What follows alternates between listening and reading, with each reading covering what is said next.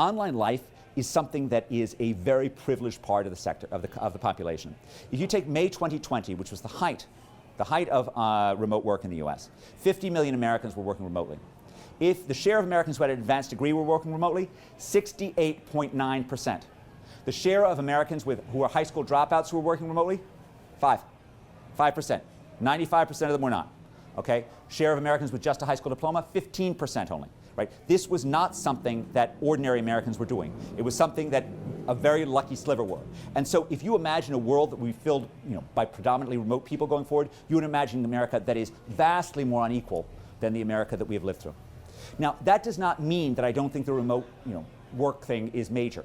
I think that hybrid will be part of things. I think that there's likely to be a significant decline in the demand for commercial space because of this. Now, in Boston, that seems to be completely reversed by the unbelievable boost in demand for lab space, which appears that there's no residential building that can't be converted into a lab, apparently, in this place. So I'm not predicting doom and gloom for us, but for other areas, there's a real chance of significant declines in commercial real estate once we get back to normal on this.